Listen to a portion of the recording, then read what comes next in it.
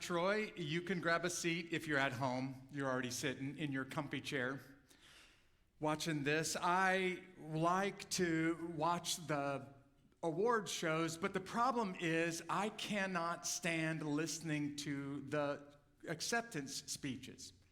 Basically, every time I watch the Super Bowl, they're handing out the MVP. Whenever I'm watching the Grammys, whenever I'm watching the Oscars, it seems like every single person that receives the award, they stand up on stage and they essentially just tell the world how awesome they are. And I kind of think to myself, you don't have to tell everybody how awesome you are. You're the Super Bowl MVP. You just received the pinnacle of success in your industry. You received a Grammy. You received an Oscar. Joseph, I might need you to move the slider down on that just a little bit because it's pretty loud. And then I think to myself, I can't sit here and stomach this much longer because there always feels like, perfect, thank you. There always feels like there's something a little bit amiss here with these award shows. I was having lunch with somebody last week. We were talking about this. We were talking about pride and humility. And I told them, there's really only one speech that I've been able to watch at the Grammys that sounded like that's exactly what people should be saying at the Grammys. It happened to come from my favorite hip-hop artist, Christian by the name of Lecrae. Now, this isn't Lecrae's first Grammy, but he received a Grammy for the best gospel music in 2015. And when he received that Grammy, he said something as he was standing up there receiving the award that's frankly true of everybody in the room and everybody who goes across the stage and walks away with the ultimate of success. Lecrae said what I was really feeling in my heart, and I can't do this justice, so I'm just going to let you hear his words when he accepted the Grammy in 2015. Check this out. It's a lot of us up here, I know. It's a basketball team. Well, man, love and respect to everybody out here because this is a celebration of gifts. And there's so many people out here who are gifted, but obviously you can't celebrate gifts without celebrating the giver of all gifts. So I want to celebrate Jesus for gifting us all, with the gift of love and sacrifice, and my beautiful family who've supported me since day one, Reach Records, Red Distribution, and all these incredible writers right here. Yeah. So as I was thinking about this today, I was thinking, it's true that ultimately the gift of the ability to sing, a great vocals, or the gift of the ability to act, or some spectacular athletic abilities, they ultimately come from the gift giver. And sure, you should thank your family, and of course you should talk about the people that helped get you where you are, but really the one who deserves credit is the gift giver for the gifts that you and I have received. Today, we're going to talk about humility. And humility is becoming extinct. It used to be endangered in the United States. It's becoming extinct in the United States. And I've got a quote on the screens that's kind of my way of interpreting my hero in the faith, a guy by the name of Augustine who lived almost 1,800 years ago. And Augustine, when he was talking about pride and humility, he said it this way. Check this out, y'all. He said, pride ultimately turned angels into demons. And it's humility that will take us humans who are acting like demons and turn us back into the perfect angelic creatures that God originally created for us to be in the Garden of Eden.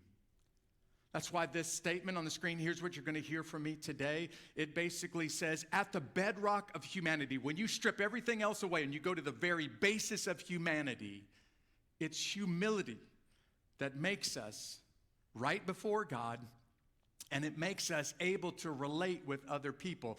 Humility really is the bedrock of humanity. And I don't even need to know you to know that all of us, to some degree or another, some a little bit, some of us a lot, we all struggle with pride from time to time. We all want everybody to look at us and to tell us how awesome we are. And today, what you see is the single greatest human being to ever step foot on planet Earth, does something shocking, he does something scandalous, and he takes on the role of the lowliest slave, not a servant, not like a household worker, but the lowliest slave in the community, and it shocks all of his disciples, so much so that they're almost offended by what just happened when Jesus took off their dirty sandals and he washed the feet of his disciples. 2 weeks ago, we were looking at John chapter 13. Then last week, we took a short pause and looked at one of the greatest servants in the household, mom, and one of the greatest moms in the Bible, a lady by the name of Hannah. Today, we're back to John chapter 13. And today, Jesus is going to explain to his disciples why he just did what he did, because it's so shocking. But also, he's going to put it right in our lap and tell us what we're supposed to do about what just happened. So I'm going to give you basically 3 strategies if you struggle with pride, and don't act like you don't ever deal with this at all. Some of you are pretty good at this. Others of you got a long way to go.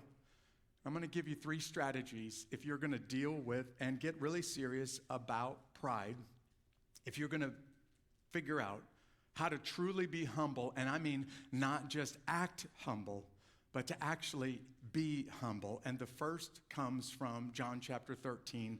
We're going to start reading in just a second in verse 12, but this is Jesus' way of serving others. And look at what I put on the screens. The truly humble guy or gal in the room, they don't look for other people to serve them first. They first look to serve others. And after they serve others, then they take their proper place in the room. Well, that's exactly what Jesus does. He's the first to serve his disciples when he washes their feet. And now he's going to explain why he just did what he did, starting in verse 12 of John chapter 13. When Jesus had washed their feet and he put on his outer clothing, which means he had to strip all the way down basically to his skivvies when he did this, he reclined again and said to them, pause. Reclined again means he took back up the center seat at the table. He took back up his seat at the head of the table after he had just done something so lowly, so scandalous that it shocked his disciples. And then he said to them, do you know what I've done for you? Of course they know. But Jesus wants to explain the significance, the spiritual significance of what he just did. You call me teacher and Lord, and you are speaking rightly, since that's what I am. So if I, your Lord and teacher, have washed your feet, look at this, you also ought to wash one another's feet. For I have given you an example. Say the word example out loud. That's an important word. We'll come back to it in just a second. I have given you an example that you also should do just as I have done for you. Truly, I tell you, a servant is not greater than his master. Jesus is speaking about the Father, and he's speaking to us about him. A servant is not greater than his master, and a messenger is not greater than the one who sent him. If you know these things, you are blessed if you say the last 2 words. If you do them. It's not good enough to just know them. He's expecting his people to do what we read in the Bible.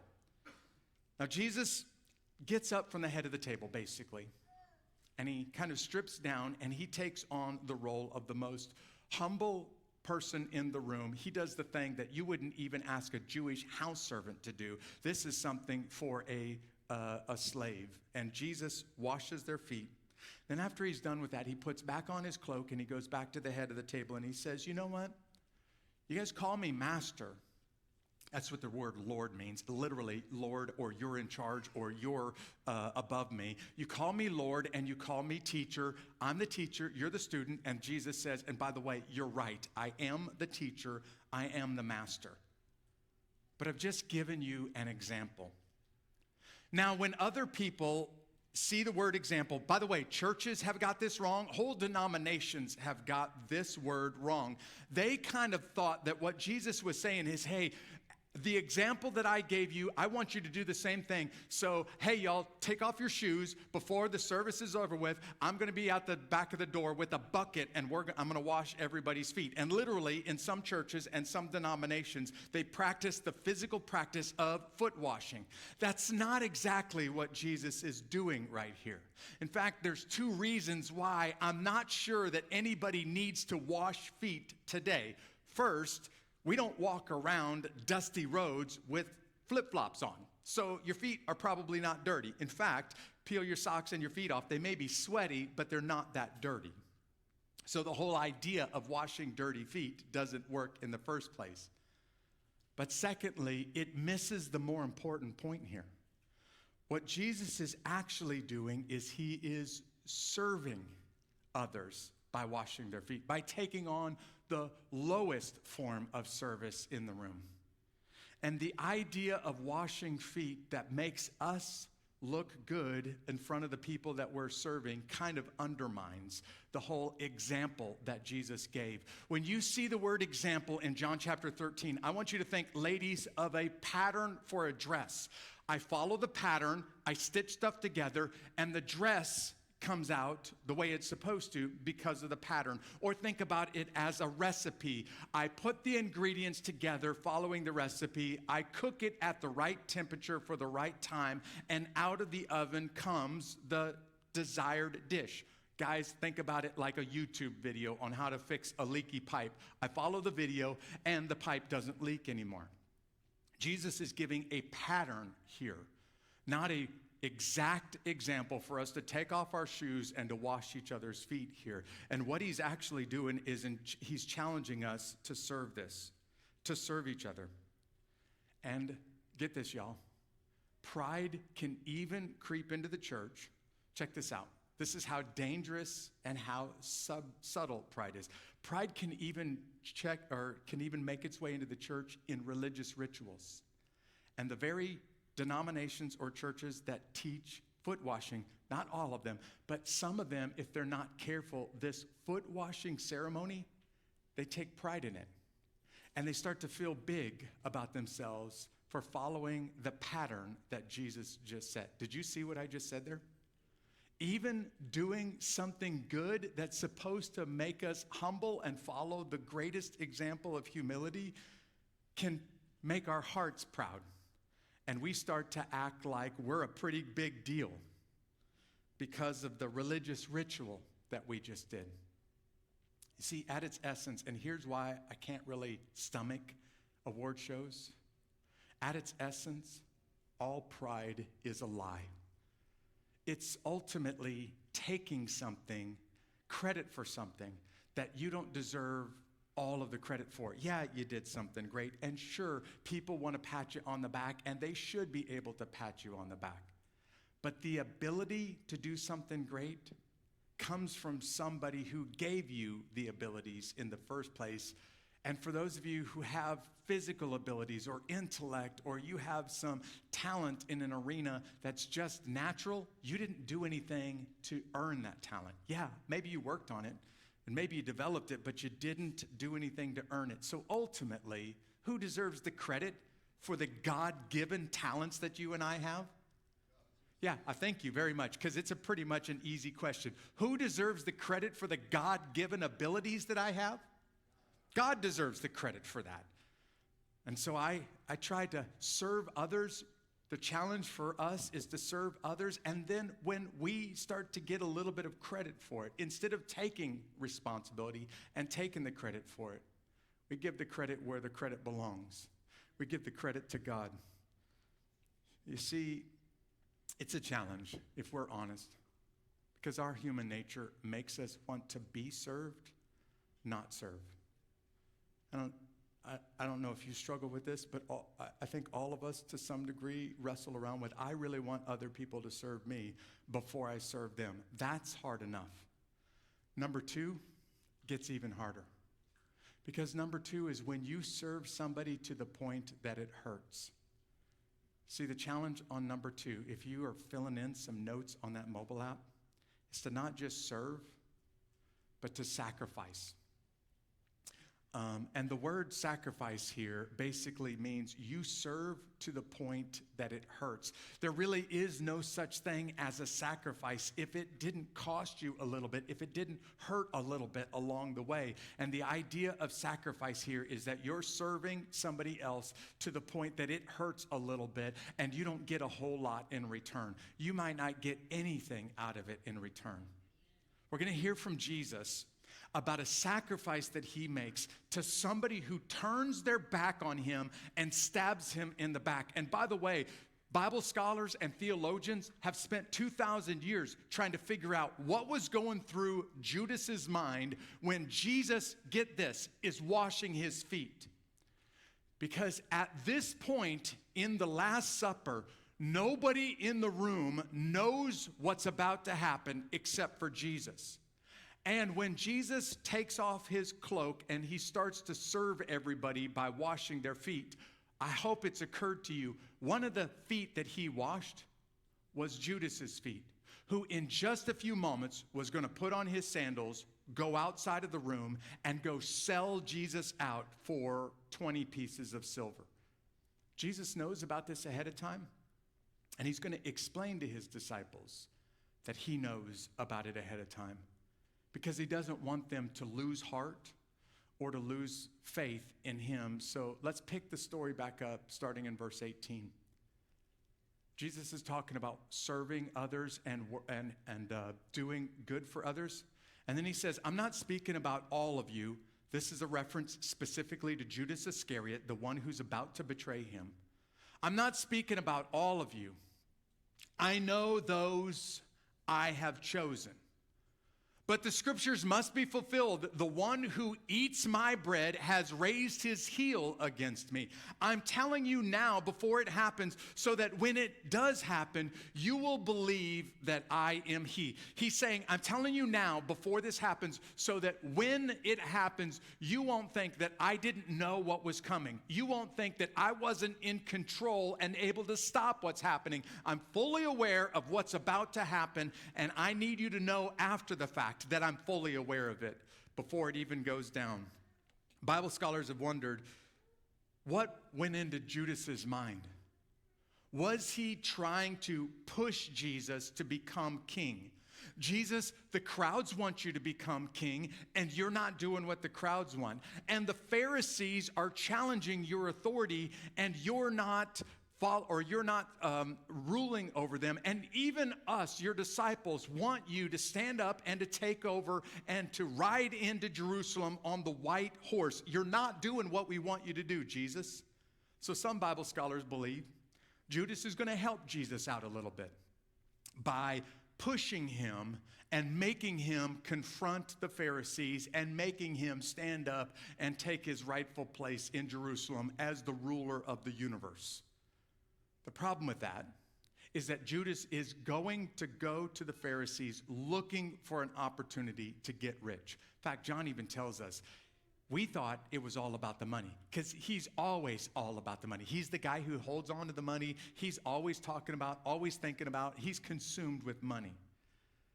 And Judas deliberately goes to them. They don't go to Judas looking for an opportunity to sell out his master, to sell out the one who has just washed his feet and treated him like a servant, or treated him like he was his servant.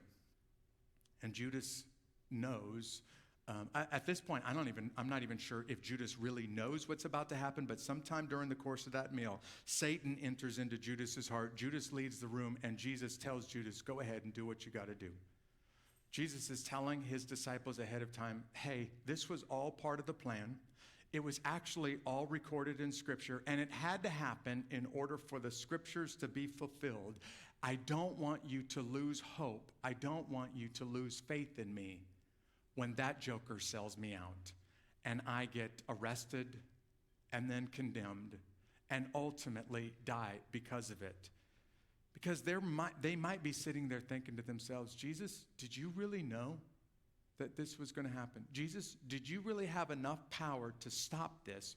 Or is your power limited? And Judas something happens inside his heart. And Judas's heart gets twisted, and Judas decides that he's going to make some money off of following Jesus. And as a result, Judas goes out and he sells out the King of Kings for 20 pieces of silver.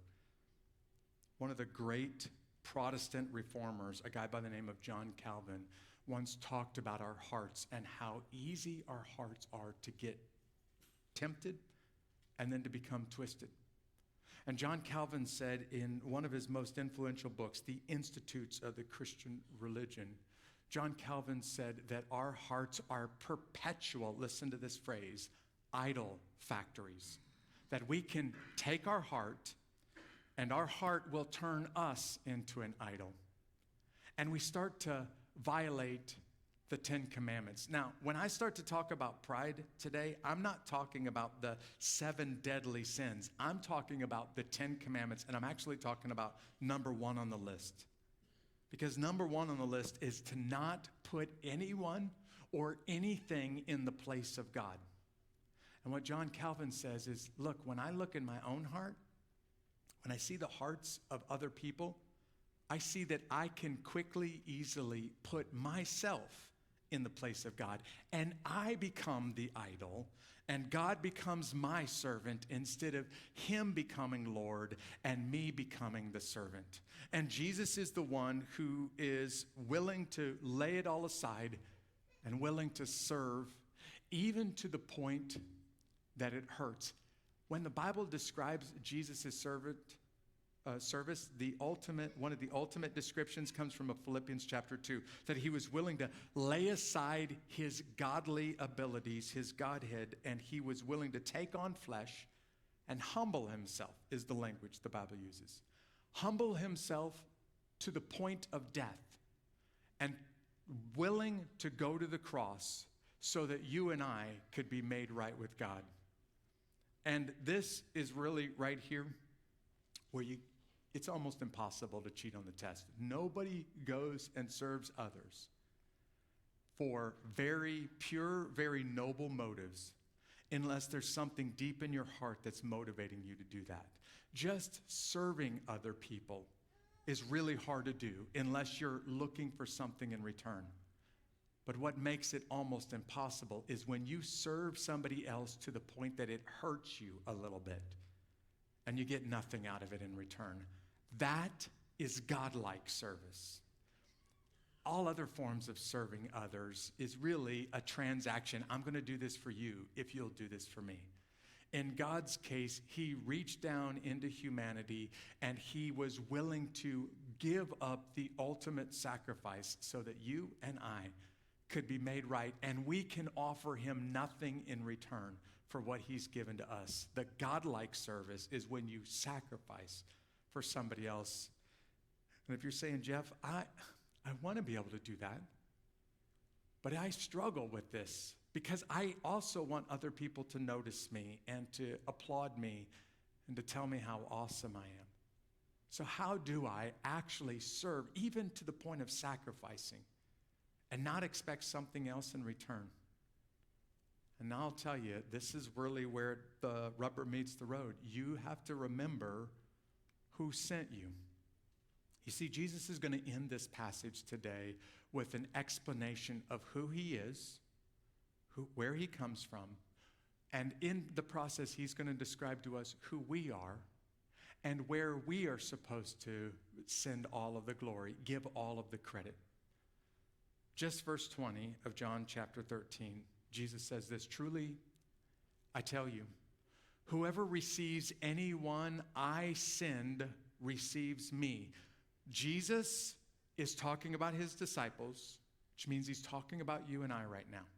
And he's going to use his relationship to God as an explanation of our relationship to him. Truly, I tell you, whoever receives anyone I send receives me. And the one who receives me receives him who sent me. And Jesus is reminding us that, hey, people may want to pat you on the back. They may want to give you lots of credit and lots of applause for the good things that you do. When that happens, why don't you point the attention to the one who sent you, the one who gives you the God-given abilities or gifts in the first place? If you're thinking with me for just a second, he's taking his relationship to the Father and he's explaining it in terms of our relationship to him. And he's saying, if you're really going to be my disciples, you live towards me just like I lived towards the Father. I said what the Father told me to say. I did what the Father told me to do because he sent me. And the one who sent is not above the one who sent him.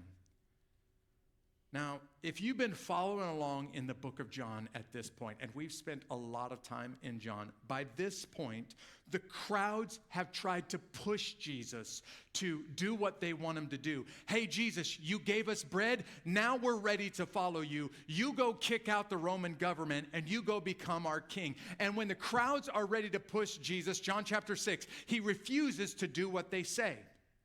The Pharisees are pushing Jesus. Hey, if you really are that awesome, why don't you prove it to us by doing some signs and some miracles? Read the other Gospels in the New Testament, and Jesus will tell them, it's a wicked generation that asks for me to do a magic trick to prove myself to you. I'm not going to do what you ask me to do.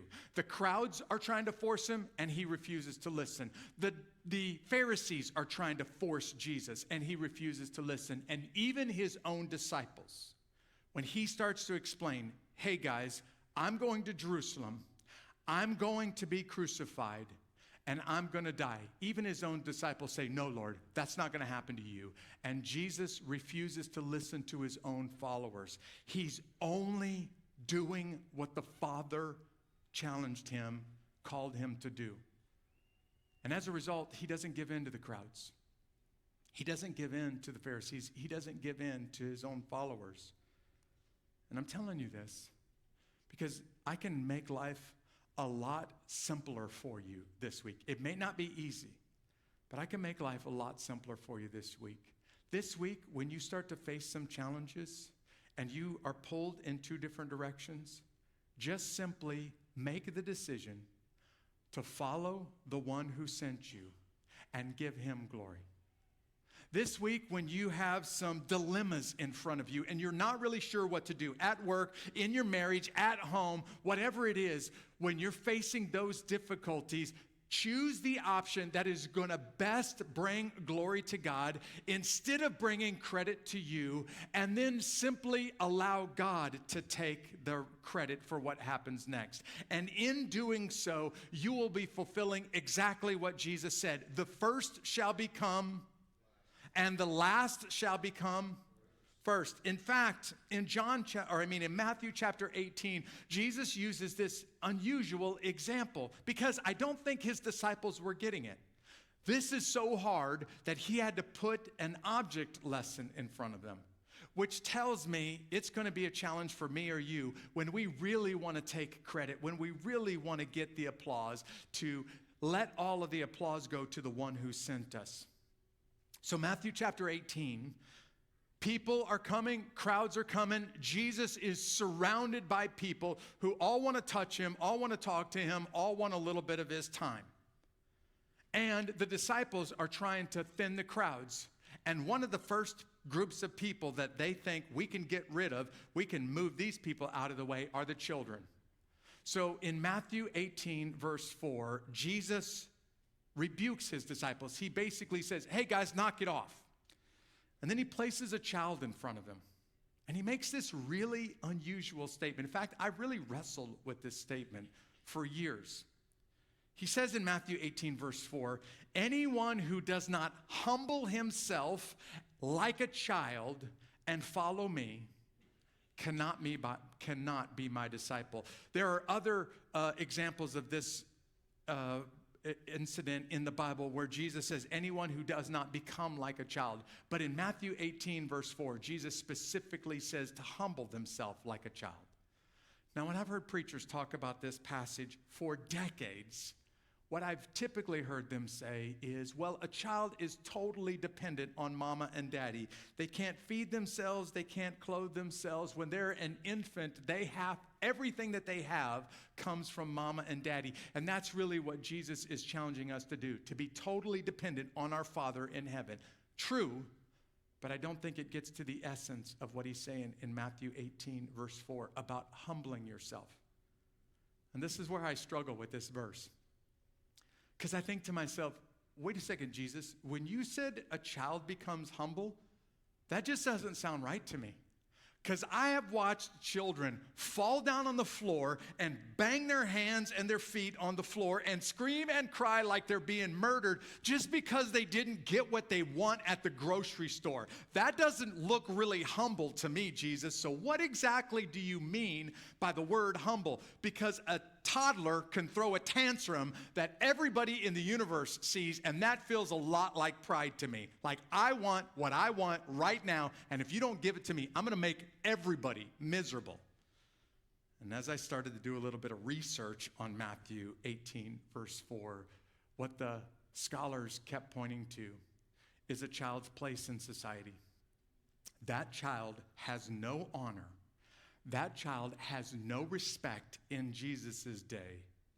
Mama and daddy get all of the credit. Mama and daddy get all of the respect, even when the child does something right. I realize this may be a very foreign concept to some people that are watching this broadcast. There are some parts of the world where parents basically revere and almost worship their children because they placed all of their hopes and all of their dreams for the future in their children, and the children pretty much run the household. In Jesus' day, it wasn't like that. In Jesus' day, a child had no honor in society. A child had no real respect. Basically, a child had 0 followers on social media in Jesus' day. Mama and daddy got all of the credit. Mama and daddy got all of the attention. And when Jesus places this child in front of them, he says, if you really want to be my disciple, if you really want to learn what it looks like to follow me, I want you to model yourself, to follow the example or the pattern of this child who doesn't ever get credit for what they do. Their father or their mother gets all of the credit when they do something awesome. And maybe this week at work, somebody's going to pat you on the back and they're going to say, man, you really worked hard and you did a great job and I'm proud of you. And you should be willing to say, hey, I really did work hard. Thank you. It feels good to be noticed. But can I tell you, and here's where we're going to give credit to the one who sent us. Can I tell you where my passion or my drive comes from? It actually comes from my relationship with my Father. Not my Father here on earth, but my Father in heaven. And everything that I do to bring him glory. Everything that I do so that he gets the applause, not me. It goes back to Lecrae's acceptance speech. Hey, there's some incredible gifts in this room at the Grammy Awards. And it's a celebration of the gifts when people stand up and receive the greatest award in their industry for their line of work. But it really should be a celebration of the one who gives the gifts, the one who sent the gifts in the first place, the gift giver. So when you get a little bit of respect, when you get a little bit of attention this week, why don't you try to divert that attention to the one who gave you the gifts in the first place, the one who sent you to do what it is you're doing in the first place? Why don't you take Jesus' challenge and not just hear what it means to be humble, but to do what it means? For those of you who know Jesus Christ, who have been following him for years, I want to point you to the second thing that's on the screens, because maybe this week you're going to have an opportunity to drive by somebody on the side of the road who is in need and needs somebody to serve them. Why don't you, instead of passing right by, why don't you take that opportunity and serve them? Maybe it's in your marriage this week that you have a choice of either being served or serving. Why don't you take the opportunity and serve first like Jesus did? And it, in fact, might even make a big difference with your boss, or it may make a big difference with your spouse when you serve for no reason whatsoever other than to just honor Jesus. And if you really want extra credit and bonus points, serve to the point that it hurts a little bit. Serve to the point that it's a sacrifice for you, asking for nothing in return. In just a second, I'm going to pray that God's people will this week take the challenge and find somebody and just serve them, asking and expecting nothing in return. But maybe somebody's tuned into this broadcast. I really hope there's somebody who's listening right now who has never really totally humbled themselves. They've basically come to God with pride and said, God, I'm a pretty good person. And God, when I die, I think that my good deeds are going to outweigh my bad deeds. And I want you to let me into heaven because of how good I am. Look at all of the good. Look at how much better I am than my neighbor, God. I want you to let me into heaven because my good outweighs my bad. That kind of pride is going to be the very thing, Matthew chapter 7, that causes Jesus to look at you and say, depart from me, I never knew you. The humility that he's asking for the first time in your life is to come to him and to say, God, I'm totally helpless. God, my sins are always in front of me, and there's no amount of good deeds that I can do that would make my bad deeds go away. I can't erase the bad that I've done just by doing good. So God, I need you to erase it. So I'm coming to you totally helpless. I'm coming to you humble and in need of your forgiveness for the first time. And if you are serious and pray out a prayer of faith like that, I promise you from the promises of Scripture, God hears those kind of prayers. He honors those prayers, and he radically changes somebody's life. And I'm just going to pray right now that wherever you're at, whatever you're doing, you would do business with God, and this week you would find a way to humble yourself for the first time, or maybe humble yourself all over again by serving somebody in need. Would you bow and let me pray for us? Father, I feel it in my heart that I sometimes want to be served instead of serve others. I want the attention. I want the applause. I want others to pat me on the back, even for the things that you have given me the gifts and the abilities to do. So God, would you forgive me for breaking the first commandment and placing myself as God and Lord of my life, for having the pride to put myself above you. And not just me, but I'm praying for all of my brothers and sisters who are listening to this right now who struggle with humility. God, would you step in and by the power of your Holy Spirit, would you help them to look for an opportunity to serve this week and to find the ability to place somebody above themselves, maybe even to serve to the point that it hurts and it's a real sacrifice for them this week. And instead of wanting to be served in return, instead of expecting an exchange here, serving just because they know it honors you, their Father in heaven. And so, God, I'm praying that your people would love so sacrificially that others see it and they're just dumbstruck by it, don't know how to respond other than to say, wow, there must be something to what this guy or gal believes. But maybe, Father, you've caused somebody to tune into this broadcast. Maybe they're driving in their car right now and listening to it online.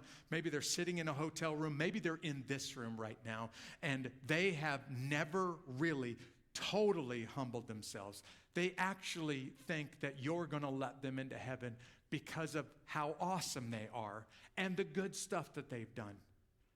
God, I pray that the Holy Spirit right now is convicting their soul and reminding them that if it was possible for a man or a woman to earn their way into heaven, then there's no need for Jesus to go to the cross. There's no need for Jesus to sacrifice and to die and to be raised 3 days later. No, it's because we are totally helpless and completely humble in front of you that we need a Savior. And I'm asking that somebody would cry out silently in their heart, God, forgive me. God, I'm a sinner. God, I need you to save me because I can't do anything to erase my bad deeds. Only you can do that. So God, here I am. I'm hopeless and I'm helpless without you. And I'm coming to you and I'm asking you, would you move in? Would you change my heart? Would you turn me into a new person for the first time? And God, I pray that you would hear this prayer from heaven. And because they want to honor you, their Father, instead of just asking for something in return, that you would honor that prayer and that you would do a miracle